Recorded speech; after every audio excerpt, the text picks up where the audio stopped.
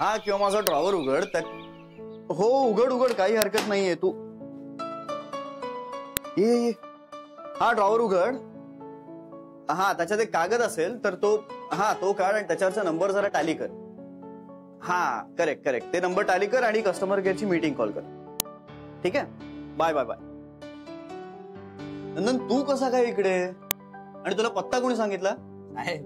तुम्हाला शोधणं अवघड नाही आपल्यासाठी. शोधायला कशाला हवं? मला विचारलं असतं मीच सांगितलं असतं पत्ता. तसं नाही साहेब, म्हणजे परवा तुम्ही फोनवर काहीतरी बोलत होतात आणि तुमचं पोटही बरोबर नव्हतं म्हणून म्हटलं आपलं. अरे ते जरा मी सध्या बाहेरचं खूप. साहेब मला काहीही विचारायचं नाही आणि मला काही माहितीही करून घ्यायचं नाही. मला फक्त एवढंच माहिती आहे की आज मी तुमच्यासाठी जेवणाचा डबा आणला आणि यापुढे सकाळ संध्याकाळ तुम्हाला ताजं जेवण देण्याची जबाबदारी माझी. अरे पण हे साहेब प्लीज नाही म्हणू नका.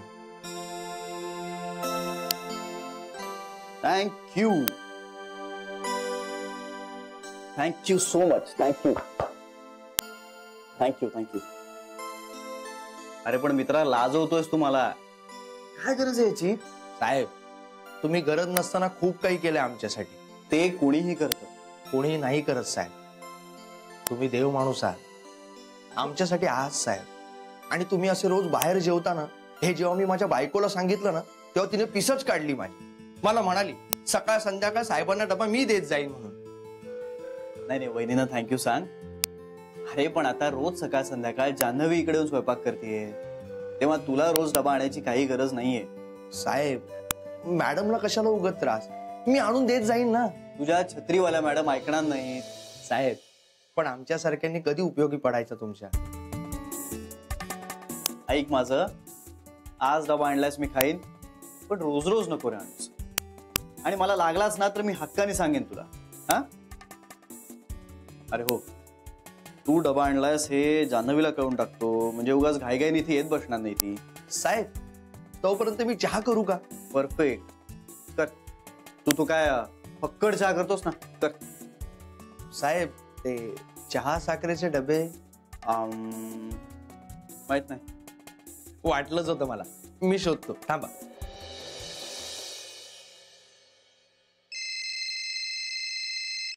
आय्याजी श्रीचा फोन येतोय, घेऊ? घे.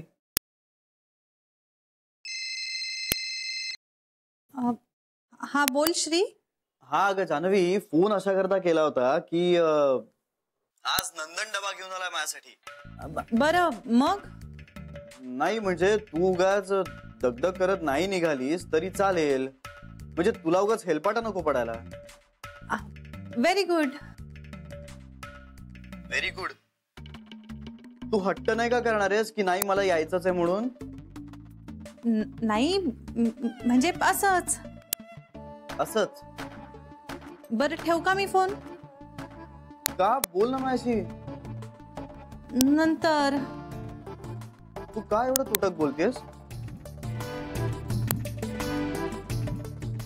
अरे जरा कामाच्या गडबडीत आहे, मी करते ना नंतर. नाही आत्ता बोल. आत्ता बोल प्लीज. बोल माझ्याशी. श्री प्लीज. Bye bye. ठेवते फोन.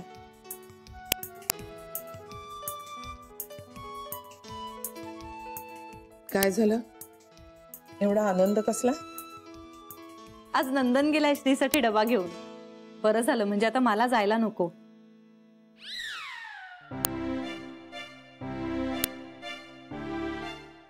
म्हणजे?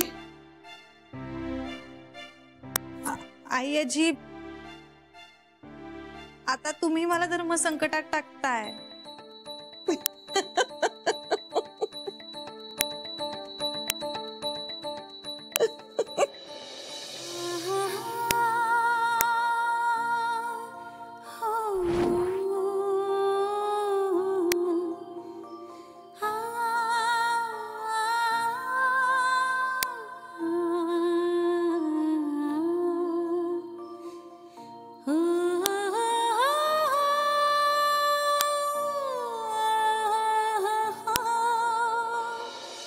टाळी नसेल दिली, चापटी मारली असेल. सरू चापटी मारली असती तर दोघी एकमेकांकडे बघून हसल्या असत्या का? बेबी खरंच सांग अगदी खरं सांग, आईनी जान्हवीच्या हातावर टाळी दिली. अगं मी काय सांगते मग मगासपासनं. मी जेव्हा आईच्या खोलीत गेले ना, तेव्हा आई चक्क जान्हवीच्या हातावर टाळी देऊन हसत होत्या दोघी जणी. अगं लहान मुली जशा एकमेकांना गुपित सांगून हसत असतात ना, तशा हसत होत्या दोघी जणी. 1 सेकंद तर जान्हवी पण चकित झाली होती. माझ्याशी बोलताना आई किती निराश वाटत होती ना, तिच्याकडे बघवतच नव्हतं मला. आणि आता जाऊन बघते तर दोघी टाळ्या देऊन हसत होत्या. माझा या कशावरच विश्वास बसत नाहीये. जान्हवी, आई, टाळी. हे बघ, मी माझी शपथ घेऊन सांगते, अगं मी स्वतःच्या डोळ्यांनी पाहिलंय. अगं बाई, कमालच झाली. म्हणजे मी या घरात लग्न होऊन आले ना, तेव्हापासून मी आईना टाळी देऊन हसताना कधीही बघितलं नाहीये. अगं मी जन्मल्यापासून पाहिलं नाही आईला टाळी देताना. हे पण आईला असं बघून बरं वाटतंय नाही? अत्यानंद महाराजांमुळे जादू झालीये सगळी. नाही नाही नाही, अत्यानंद महाराजांमुळे नाही, जान्हवीमुळे झाली जादू. तिला ना लोकांच्या पोटात शिरून त्यांच्याशी बोलता येतं. ती कलाच येते तिला. म्हणजे आपण सगळ्या जणी इतकी वर्ष आई बरोबर राहतोय, पण आईची खरी मैत्रीण जान्हवीच झाली. पण ही मैत्री श्री घरात असताना झाली असती ना, श्रीला किती आनंद झाला असता.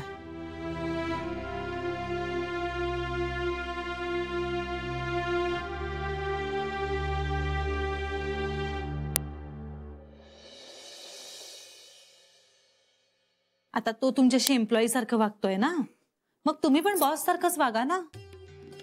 मी तशीच वागते ग. एरवी मला ऑफिसमध्ये नाती वगैरे आणलेलं आवडत नाही, आणि गेले काही दिवस तर मी अगदी जेवढ्याच तेवढी वागते. आय्याजी, पण हे सगळं वरवरचं आहे, त्याला कळत असणार. म्हणजे बघा, तुम्ही किती आवाज कोरडा केलात तरी तुमच्या डोळ्यात प्रेम दिसत असणार ना. मग आता काय करू? यापुढे खूप जेन्युअनली करा. म्हणजे त्याच्याशी वागताना बोलताना तुमच्याकडून सुद्धा एक ठराविक अंतर ठेवा. अगदी बॉस सारख्या वागा आणि त्याच्याकडून हवं ते करवून घ्या. आणि सगळ्यात महत्वाचं, तुमच्या वागण्यात आईयाजीपणा डोकावू देऊ नका.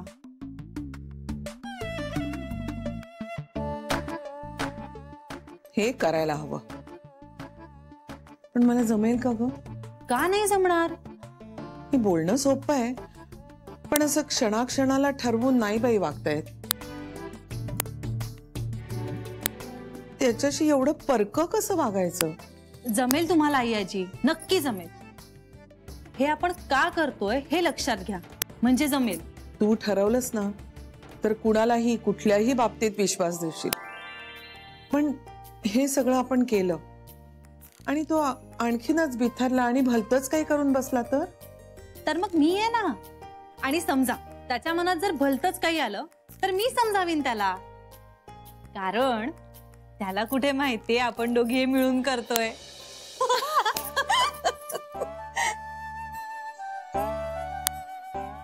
तुला सांगते जान्हवी, आयुष्यात मी कशालाही घाबरले नाही, पण आता मात्र धडधडायला लागलंय. आय्याजी, ही भीतीमुळे नाहीये, एक्साइटमेंटमुळे. असेल, तसही असेल, पण पोर लांब गेलंय, त्याला परत आणायला हवं. बालहट्ट तरी कसा म्हणू मी? माझं चुकलंय हे कळलंय मला. हे सगळं नंतर करण्यापेक्षा त्याच्याबरोबर वादावादी केली नसती तर बरं झालं असतं असं वाटायला लागलंय आता.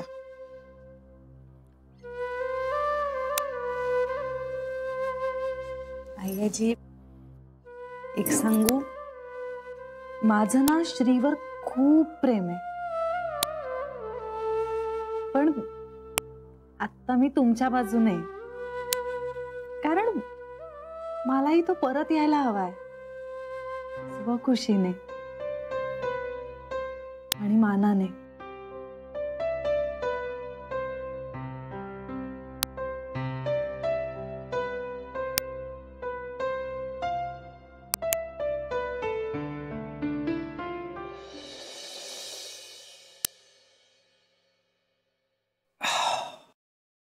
वाह, मस्त आलाय चहा. तुला काय रे शाळेत शिक्षा करायचे का? नाही साहेब. का? मग काय इलेक्शनला उभास? काय मस्करी करताय का साहेब?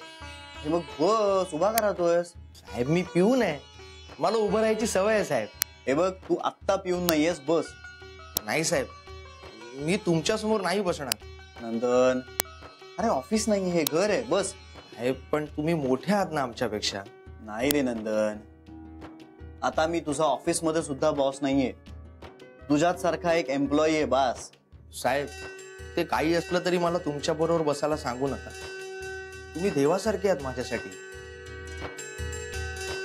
पुन्हा तेच, मी काही देवासारखा वगैरे नाहीये, मी अतिशय सामान्य माणूस आहे. आणि इनफॅक्ट माझ्या घरातल्यांना विचार,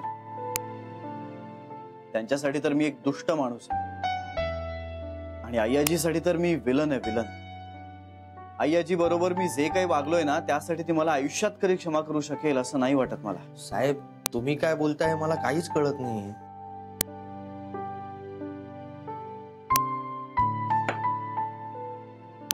सगळंच कळण्यापलीकडचं आहे. मी माझ्या आय्याजीला का आणि कशासाठी इतकं दुखावलं ना, हे खरंच कोणाच्याही कळण्यापलीकडचं. आय्याजीला या परिस्थितीत ढकलल्याबद्दल ना देवही मला माफ करू शकणार नाही.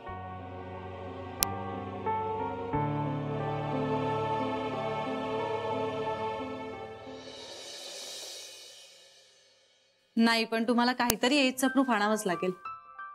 एक मिनिट. काय झालं ग? फोन वाजला असं वाटलं. नाही. सॉरी, तुम्ही प्रूफ घेऊन या ना. पासपोर्ट असेल तरी चालेल. ठीक आहे. थँक्यू.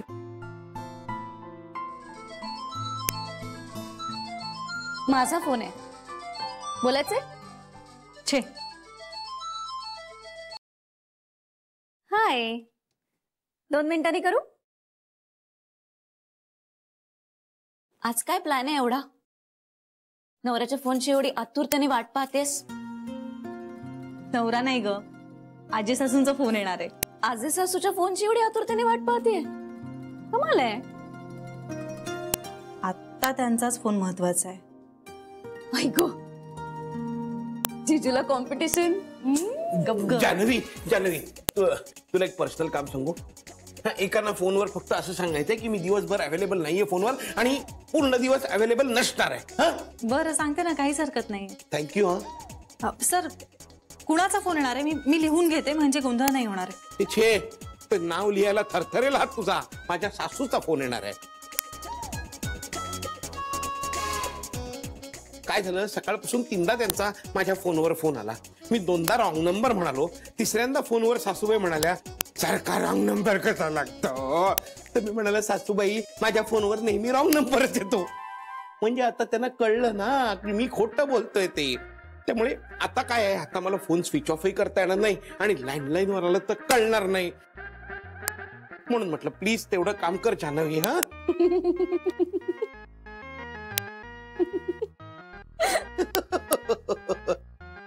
मला कळत नाहीये, मुळात जे स्वतः वेंधळीच आहेत, ज्यांचा आपल्या तोंडावर अजिबात ताबा नाहीये, जे एकदा मॉन्टेसरी चुकून बरोबर बोलले होते, त्यानंतर आजपर्यंत त्यांना ते जमलेलं नाहीये. आणि मुळात सासू या गोष्टींचा ज्यांना अनुभव नाहीये, ते आपलं संभाषण का ऐकतायत आणि चीड येईल अशी प्रतिक्रिया का देतायत? सर, नाही ठीक आहे, ठीक आहे. Thank you once again. हा, तेवढा फोन आला तर फोनवर प्लीज सांग. हा, स्मितुडीला कळलं तर काही खरं नाही. मारून मारून फोनच्या कलरचा करेल मला. कळेल कळेल, यांनाही एक दिवस कळेल मी किती हुशार आहे ते. बर.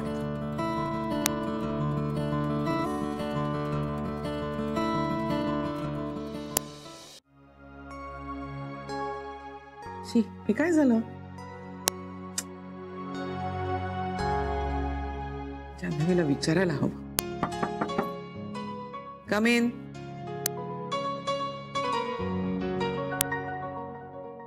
मॅडम चहा. अरे नंदन, हा मॅडम. तुला हे एक्सेल शीट वगैरे काही माहित आहे का रे? म्हणजे ज्यात स्टाफच्या येण्या जाण्याच्या वेळा लिहिलेल्या असतात. नाही मॅडम, यातलं काही कळत नाही मला.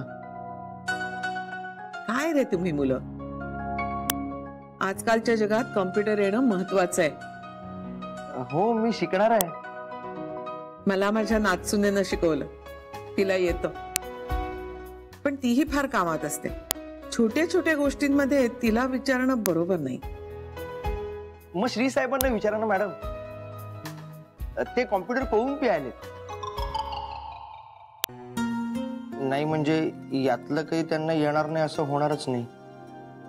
माहित आहे. मग पाठवू का साहेबांना? नको, जातो.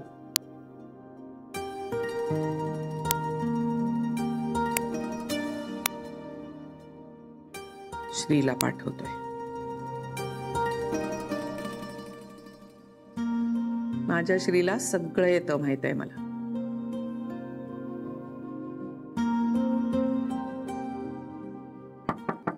कम इन. मैं कम इन मैम? या. मॅडम शिवदेवी, या मिसेस लवाटे आल्या का? नाही, मला दिसल्या नाहीत, पण येतील एवढ्यात. शिवदेबाई, मी आल्या का असं विचारलं, येतील का असं नाही विचारलं. सॉरी मॅडम, नाही आल्या असं. अजून नाही आल्या? काय चाललंय काय त्यांचं? किती वाजलेत बघा जरा. हो, म्हणजे जरा उशीरच झालाय त्यांना. जरा उशीर हा उशीर असतो. त्या आल्या आल्या त्यांना मला भेटायला सांगा. हो मॅडम. शिवदेबाई, yes ma'am. तो कॉन्ट्रॅक्टचा ड्राफ्ट वकिलांना बदमायला सांगितला होता, त्याचं काय झालं? त्यांचा फोन आला होता, त्यांनी तो मेल केलाय. अच्छा, बघते मी. शिवदेबाई. Yes ma'am. कशासाठी आला होता? हा, माझ्याकडे कशाला आला होता? मॅम, चेकवर सह्या. ठेवा, मी करून ठेवी.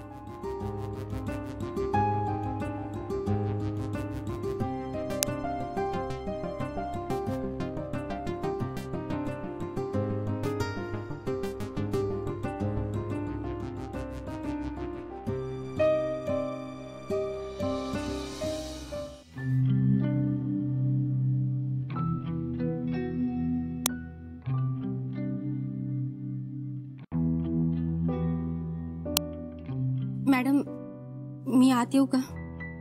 या.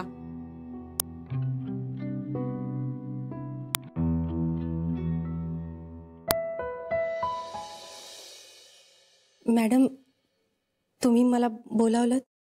किती वाजलेत तुमच्या घड्याळात? सॉरी मॅडम, उशीर झाला. किती वर्ष झाली तुम्हाला गोखले गृहोद्योग मध्ये काम करायला लागून? 4 वर्ष झाली मॅडम. मग या 4 वर्षात आपल्या कंपनीत वक्तशीरपणाला किती महत्व आहे हे कळलं नाही तुम्हाला? Sorry madam. गेल्या आठवड्यात तुम्ही 4 दिवस लेट आलात. त्याआधी सुद्धा तुमच्या नावावर सातत्यानं लेट मार्क लागलेला आहे. तुम्हाला आठवत असेल तर गेल्या आठवड्यात मी तुम्हाला बोलावलं होतं आणि बजावलं होतं. हो, सॉरी मॅडम. नुसतं सॉरी सॉरी म्हणू नका. तुम्हाला समजावून सांगण्यात मी माझी शक्ती आणि वेळ खर्च केला, त्याचा काहीतरी उपयोग झाल्याचं दाखवा. मी मुद्दाम उशीर नाही करत मॅडम, पण माझ्या घरात. लवाटे बाई, हा गोखले गृहउद्योग आहे. आपल्या स्टाफ मध्ये 50% बायका आहेत. प्रत्येक जण आपल्या घरामध्ये ऍडजस्टमेंट करूनच इथे येतात. कदाचित तुमच्यापेक्षा जास्त अडचणीतून मार्ग काढून इथे येत असतील. पण म्हणून कुणी महिन्यामध्ये 18 दिवस उशिरा येत नाही.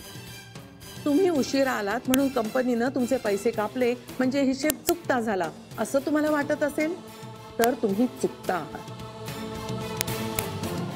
कंपनीची शिस्त महत्वाची आहे आणि ती न पाळणाऱ्या कुणाचीही गय केली जाणार नाही. असं नेहमी नाही होणार मॅडम. अजून थोडे दिवस मला जरा. थोडे दिवस? मग आपल्या डीलर्सना काय सांगायचं की थोडे दिवस आमचे टेम्पोज उशिरा येतील, थोडे दिवस डिस्ट्रीब्युशन उशिरा होईल, थोडे दिवस माल कमी विकला जाईल. कारण ज्यांची फायनल सही असते त्या लवाटेबाई थोडे दिवस उशिरा येणार आहेत. लवाटेबाई, इतकी वर्ष मी या कंपनीत रोज येत होते, मला स्वतःला कधी 5 मिनिटही उशीर झालेला नाहीये. तेव्हा थोडे दिवस असं तुम्ही मला सांगू नका. यापुढे अनेकदा असं होणार असेल तर मी तुम्हाला कारणे दाखवा नोटीस पाठवते, त्याला कायदेशीर उत्तर द्या. मॅडम, ही शेवटची वॉर्निंग आहे. उद्या उशीर झाला तर कामावर आला नाहीत तरी चालेल.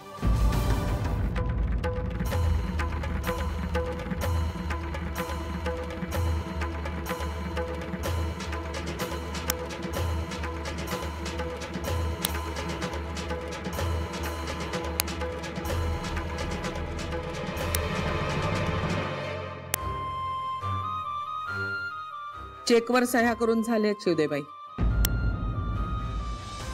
Yes madam.